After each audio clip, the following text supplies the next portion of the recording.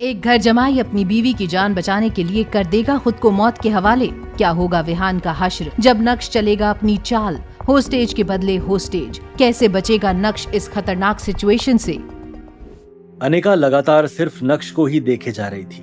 नक्श की बातें सुनकर उसकी आंखों से आंसू बहने लगे थे। नक्श जानबूझकर ऐसी बातें बोल रहा था जिससे विहान को गुस्सा आए और वो नक्श से इस तरह नफरत करे कि चित्रा और अनिका को छोड़कर वो उसे हॉस्टेज बनाए। विहान ने अपने हाथ में पकड़े उस चाकू को नक्श की तरफ उठाया और बोला, तुझे हीरो बनकर ब्यूटी को बचाने का बहुत शौक है ना, तो चल मैं आज तेरी ये तमन्ना पूरी कर देता हूं। अपने दोनों हाथ सर पे रख और धीरे धीरे आगे बढ़। तू और मैं दोनों 3 तक गिनती गिनेंगे। उसके बाद मैं तेरे पास आऊंगा और अनिका और मम्मी जी यहां से बाहर जाएंगे, ठीक है? लेकिन ध्यान रहे, अगर तूने कोई होशियारी की तो मैं तुझे जान से मार दूंगा। विहान नक्श की बात मानने के लिए तैयार हो गया था। नक्श ने 3 तक गिनती गिनना शुरू किया। जैसे ही अनिका ने पीछे मुड़कर देखा, वैसे ही विहान ने नक्श को दबोच लिया और अब चाकू की धार नक्श के गर्दन पर नाच रही थी। तुम्हें डरने की जरूरत नहीं है, तुम अब बिल्कुल सेफ हो। अनिका, यहां से चलो, जब तक हम इस कमरे में हैं, हम बिल्कुल भी सेफ नहीं है। चित्रा ने अनिका का हाथ पकड़ा और उसे खींचते हुए उस कमरे से बाहर ले गई। विहान के घर के बाहर पुलिस और जावेरी खानदान का तांता लगा था। जब उन्होंने अनिका और चित्रा को सही सलामत बाहर आते हुए देखा तो जावेरी खानदान के बाकी लोगों ने उन दोनों को घेर लिया था। चित्रा, अनिका, तुम दोनों ठीक तो हो? दादी, हम बिल्कुल ठीक हैं। ये तो बहुत अच्छी बात है कि तुम दोनों ठीक हो। चलो चलते हैं, यहाँ पर बहुत ज्यादा खतरा है। दादी, नक्श अभी भी अंदर है। ऑफिसर अवंतिका, क्या हम यहाँ से पहले निकल सकते हैं? वो इंसान जो अभी भी अंदर फंसा है, क्या वो आपके परिवार का मेंबर नहीं है? नहीं, उससे हमारा कोई मतलब नहीं है। चित्रा ने अनिका की फीलिंग्स की कोई परवाह नहीं की और उसका हाथ पकड़कर उसे जबरदस्ती वहां से ले गई। जब चित्रा और अनिका उस कमरे से बाहर निकले तो विहान नक्श को लेकर खिड़की के पास पहुंच गया था। जावेरी खानदान के किसी भी इंसान को नक्श की परवाह नहीं थी। नक्श ने एक एक करके सभी को वहां से जाते हुए देखा।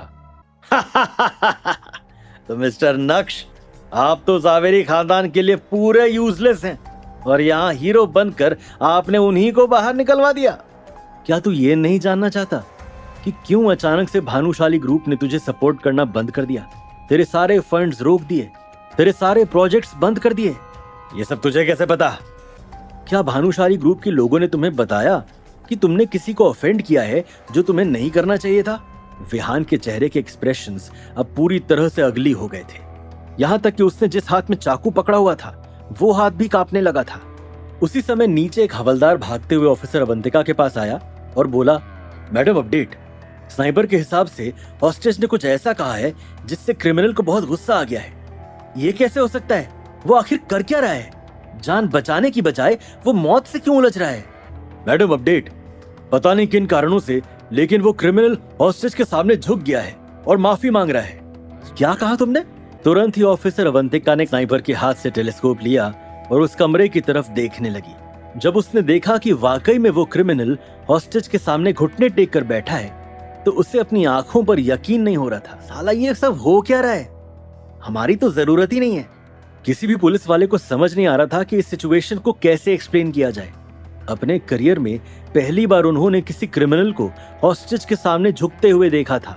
हालांकि जब नक्श ने अपना फोन बाहर निकाला और विहान को अपने बैंक अकाउंट का बैलेंस दिखाया, अचानक से विहान ने नक्श के पैर पकड़े और बोला, नक्श सर, आई एम सॉरी, मैं हाथ जोड़ता हूँ, प्लीज मुझे जाने दीजिए।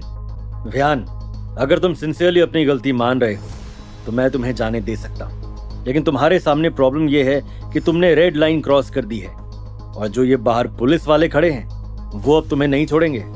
कोई बात नहीं सर, मैं तो बस आपको किडनैप कर रहा था। मैंने कोई इतना बड़ा क्राइम नहीं किया है कि मुझे फांसी होगी या फिर उम्र कैद होगी।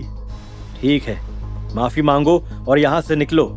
जेल से आने के बाद जब तक तुम मेरी नजर के सामने नहीं आते तुम सेफ हो, लेकिन अगर मेरी नजर के सामने आ गए तो पता है ना क्या करूंगा। इससे पहले कि विहान फिर से माफी मांगता, नक्श ने एक जोरदार लात से उसका स्वागत किया और धक्का मारते हुए उसे उस कमरे से बाहर कर दिया। जैसे ही विहान कमरे से बाहर आया, पुलिस वालों ने उसे दबोच लिया। मिस्टर नक्श, आप ठीक हैं? आपको चोट तो नहीं लगी? Thank you officer Avantika concern दिखाने के लिए, लेकिन मैं एकदम ठीक हूं। नक्श ने अपना मन पहले से ही बना लिया था कि अब वो जावेरी खानदान के उस घर में कभी नहीं जाएगा। नक्श मन ही मन ये सोचते हुए आगे बढ़ ही रहा था कि तभी अचानक से 6 लग्जरी कार्स एक साथ आई और सड़क के किनारे रुक गई। कार्तिक जल्दी से कार से बाहर आया। यार फाइनली तू मुझे मिल गया। तू ठीक तो है? चल पहले यहाँ से निकलते हैं। क्या अब नक्श की प्रेम कहानी में होगी ऑफिसर अवंतिका की एंट्री? क्या जान की बाजी लगाने वाले नक्श पर पिघलेगा अनिका का दिल?